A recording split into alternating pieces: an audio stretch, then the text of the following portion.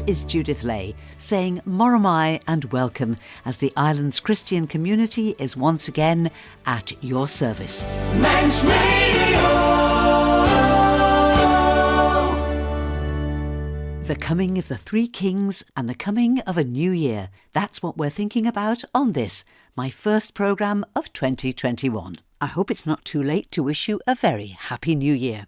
Today the Christian Church celebrates the Epiphany, when we remember the journey of the kings, the wise men, the Magi, who followed a star to find the infant Jesus and give him their mysterious gifts of gold, frankincense and myrrh.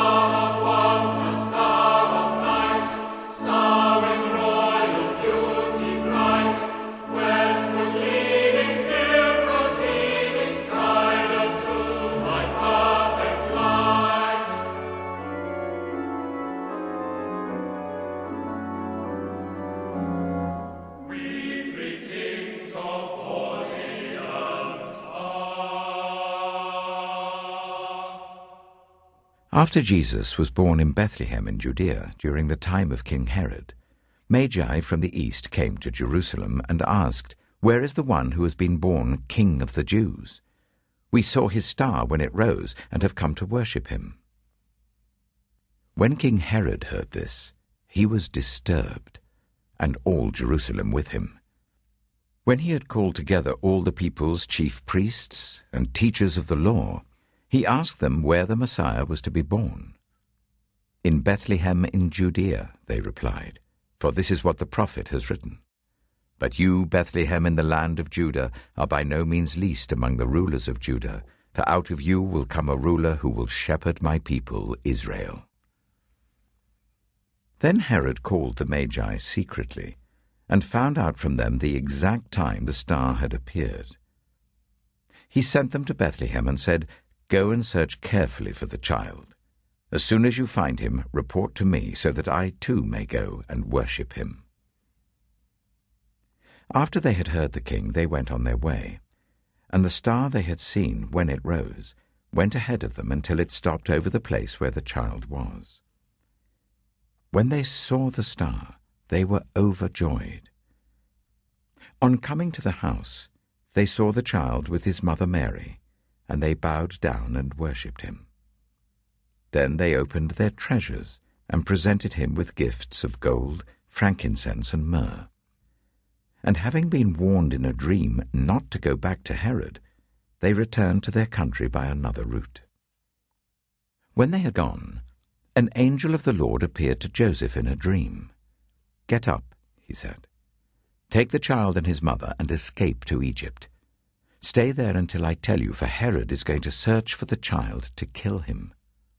So he got up, took the child and his mother during the night, and left for Egypt, where he stayed until the death of Herod. David Suchet reading there from the Gospel according to St. Matthew, the only place in the Bible where we find any mention of the wise men. And over the years, other translations have called them the three kings, although the Bible doesn't actually say how many men there were. Other translations, like the one we've just heard, call them magi, which suggests that they could have been Persian priests who, as part of their religion, paid particular attention to the stars and gained an international reputation for astrology, which was at that time highly regarded as a science. That there were just 3 magi is also only really a guess, based on the knowledge that they brought with them 3 gifts. There may have been more than 3, and they almost certainly would have been wealthy and had servants with them. These were men of great learning, and because of this would have been held in high esteem, not only in their own society, but by people from other countries and from other religions. To make our traditional Christmas story complete, we show the Magi bringing their gifts to Jesus just a short time after his birth, soon after the arrival of the angels and the shepherds. But in reality, Jesus was probably about 2 years old when the Magi visited him. But the 3 gifts, symbols of the importance of Jesus' birth, isn't in dispute. Gold representing his royal standing, frankincense, a type of incense burned during church services, and myrrh, traditionally used to anoint the body of a dead person. The word epiphany comes from the Greek and means a manifestation, a revelation. The Magi, or kings, who travelled from far distant lands to find the baby, represent the whole world, and so today's feast marks the moment when we realise that this baby Jesus, God made into human form, is the ultimate gift of love, not just to the few people who were nearby when he was born, but to the entire world. But what does this say to us today? In fact, as a new year stretches out ahead of us, in very challenging times still, what does this whole Christmas story say to us? Louise Whitelegg, our local Christian Aid representative and a Methodist local preacher, who's well known for her very down-to-earth and practical approach to her faith, has this to say. It was the day after Boxing Day, and I had that argument again with my husband. Now can we take the Christmas decorations down? It's the same every year. This year, the desire to put Christmas back in its box was even stronger. The decorations have been up even longer, and more dust has gathered, and more spiders have made their home out of my Christmas tree. With the hurry and rush of Christmas being over, my mind is very much turning to the new year, and what 2021 may hold for us. I know I'm not alone in this. This year in particular, it's been so tough for everyone. After all the preparation and anticipation of the big day that is Christmas, it's so easy to get carried away with the fuss and commercial noise of Christmas. We fall for the modern story printed on the cards, the shepherds and the wise men following the star and rocking up at the stable to meet baby Jesus. Wow! And then on to Boxing Day leftovers and a James Bond movie. But we forget the 12 days of Christmas, and the culmination of that is on the 6th of January, the most important feast of Epiphany. It is this day where it is said that the star led the 3 kings to visit the baby Jesus. Epiphany, the great reveal. The day we celebrate the revelation of God incarnate as Jesus Christ. But what a Christmas we've had this year. For many on the island, it's felt somewhat of a guilty pleasure. It's certainly been very challenging for lots of people. It's meant enforced separation from family and friends.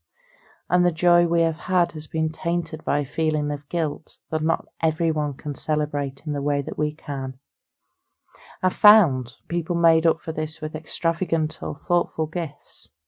My mum is in an area that's got fairly strict restrictions on it, and she hasn't really left the house much at all in 2020. Instead, she used her time to make all of our Christmas gifts this year. I received the most beautiful hat, glove and scarf set, made in the most luxuriously soft material in my favourite colour as well. It was a real labour of love and very thoughtful. Gifts, especially this Christmas, are such an important way of demonstrating how much people mean to us. But with that in mind, let's imagine the first Christmas. Poor Mary. 3 kings arrived to greet her. Wow, what a bittersweet moment that must have been for her. I can imagine her recalling the words of the angels, that her child was the Son of God. But as a new mother, she must have looked at that precious, vulnerable baby in her arms and wondered what on earth would be in store for him when 3 kings turned up. And the gifts they brought: gold, frankincense and myrrh. They were gifts all traditionally given to kings. What on earth would Mary have thought? Gold is perhaps the easiest one for us to recognise, as it's still something we hold in high regard today. At the time, gold was a precious metal in its purest form. It was a symbol of wealth and prominence, and a way to store value. The gift of gold was associated with kings, and Christians believe that Jesus is the King of Kings. Frankincense, a gift that we're not so familiar with. It's aromatic, it's a clear resin that came from trees, and it was used in incense and perfumes. And it was treasured for its aroma and its healing properties. It was used to mark the divine birth, frankincense to be the perfume of our prayers. And the final gift of myrrh, that was the strangest yet.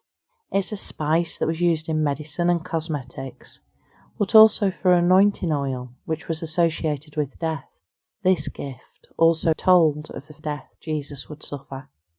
Today we recognise these gifts as marking the Epiphany, the day when the kings first meet the Christ child Jesus. After such a long wait, their long journey of faithfully following a star, and finally, he is here. We've just closed the door on the worst year in recent history, and as we begin our journey into 2021, what it will hold is a mystery for us. But as we embark on a fresh new year, we walk forward with hope. None of us can alter what the year ahead holds, but we can change the way we approach challenges. Let us walk forward with faith, love, hope and kindness, and let us know that he is here. 3 kings from Persian lands afar, to Jordan follow the pointing star, and this the quest of the travellers 3, where the newborn King of the Jews may be. Full royal gifts they bear for the King, gold, incense, myrrh are their offering.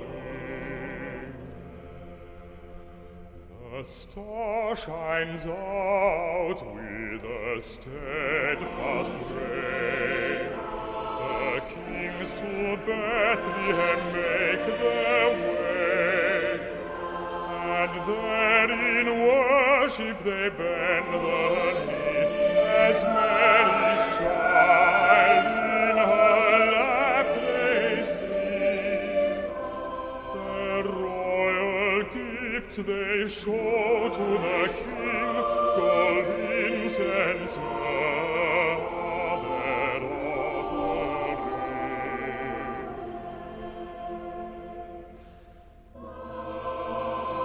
Thou child of man, lo to Bethlehem.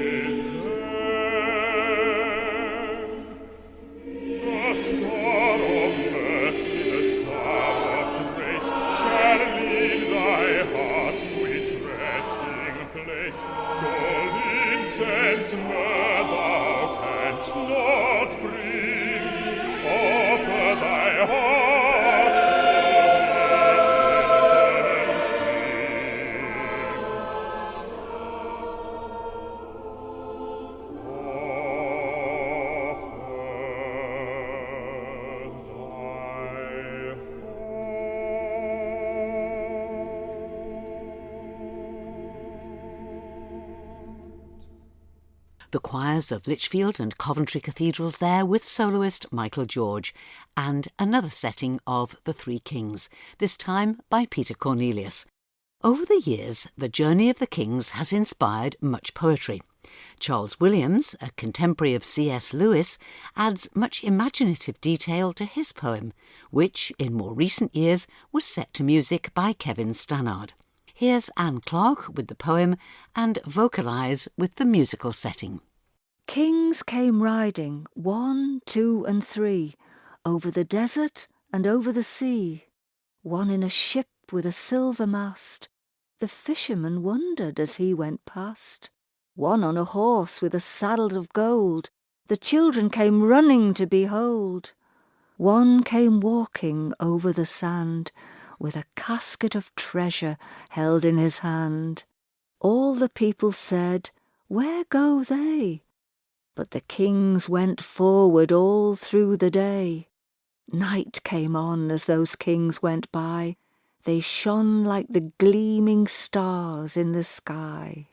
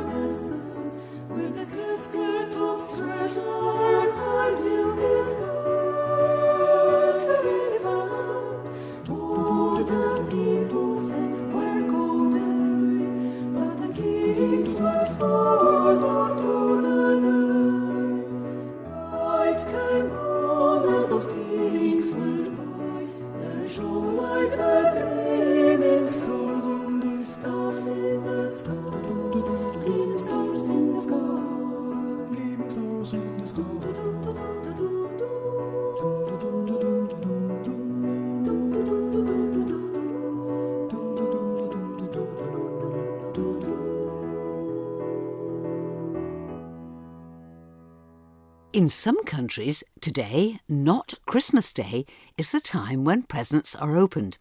In other countries, Epiphany is the time for the parties and special cakes are eaten today. And it's hardly surprising because today celebrates the fact that God became human, not just for a select group of people, but for everyone, and lives among us because he loves everyone and wants to journey with us in every aspect of our life on earth, and on to the everlasting life he calls us all to share with him.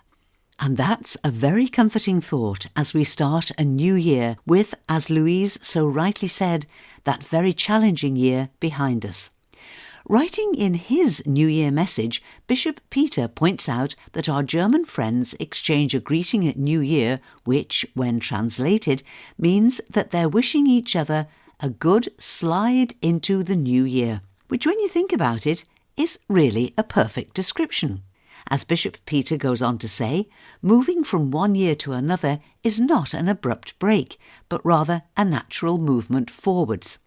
We can't leave behind anything that has troubled us, but we can move forward with hope, learning lessons from recent experience and understanding that a better way is possible. But following that better way might not be something we can do alone. Early in the morning on New Year's Day, a group of us gathered on the beach in Laxey to watch the first rays of the first sunrise of 2021 as they bathed Laxey Bay with a powerful orange glow.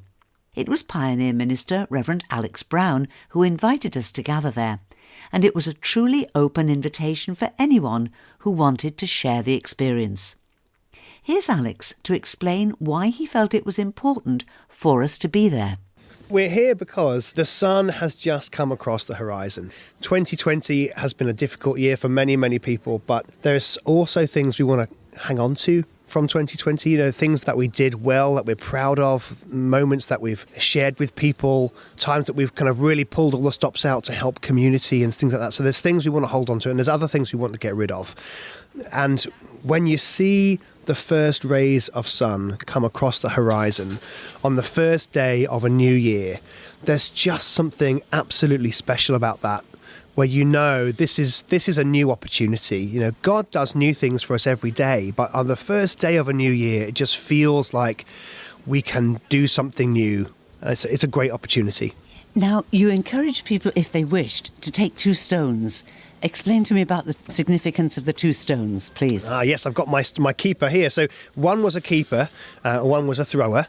And for the keeper, we just kind of remember things from the year that we are pleased that we did. There'll be conversations that we had, there'll be neighbours that we've helped. There may be things that have ended in 2020, or relationships or people that have gone in 2020, and we want to hold on to those precious memories and those precious times. So that's our keeper. Well, then we also had another stone. Christians believe that when Jesus died on the cross, that he died not just as a symbol, but there was a deep spiritual thing that happened there, like it was the centerpiece of the whole of time. And when Jesus died, that sacrificial death, he died to deal with all of the things in our lives which are negative, the things that we should have done and didn't do, or the things that we shouldn't have done and did do, the words we should have spoken or the words we shouldn't have spoken, the attitudes that were wrong, all of those things. And there's going to be things from this past year that we want to get rid of, emotionally and spiritually. And so with our 2 stones, we have one in our hand that we keep, and one where we just go down to the shore and we throw as far as we can into the sea, because the Bible says just as far as the east is from the west, that's how far God removes those things from us. So we can do it, and loads of people did it, just going down to that shore and throwing that stone as far as they can, and just knowing that God has dealt with that. So we can move into 2021 with a real, genuine sense of spiritual hope and practical hope. Rev'd Alex Brown, pioneer minister from Douglas, talking to me early on New Year's morning on Laxey Beach, reminding me of what he'd said moments earlier to the big group of people of all ages, there were lots of young families there, as together we watched the first sunrise of 2021, then chose our stones, one to keep with cherished memories from last year, and one to throw into the sea, taking with it our regrets and failures. But that's just the beginning, and if this season is going to make a real difference to us, if we, in the words of Bishop Peter, understand that a better way is possible, then perhaps this is a good moment to reflect on the words of American Baptist preacher, author and civil rights activist Howard Thurman. The work of Christmas. When the song of the angels is stilled, when the star in the sky is gone, when the kings and the princes are home, when the shepherds are back with their flocks, the work of Christmas begins.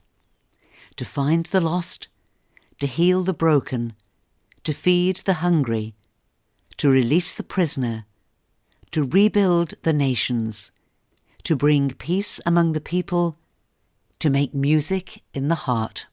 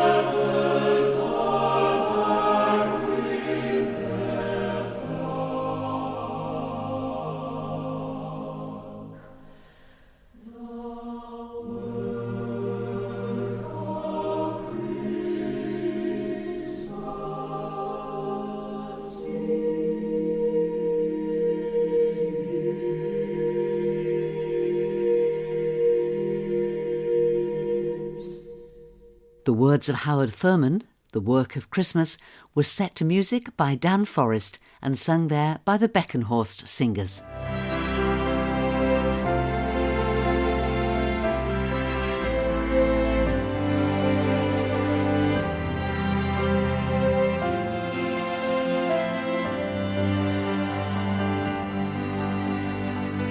Don't forget, I'd love to hear from you if you have a favourite hymn that I can include in a future programme. Just let me know the details and I'll do the rest. My email is judithley@manxradio.com, and Ley is spelt L-E-Y. Or you can write to me here at Manx Radio, P.O. Box 1368, Douglas IM 991SW. So now, as we move into a new year together, my prayer is that you and those that you care about will have times of real blessing, freedom from fear and true peace of mind that comes from knowing that you are deeply loved. This is Judith saying thank you for listening and wishing you a very good morning.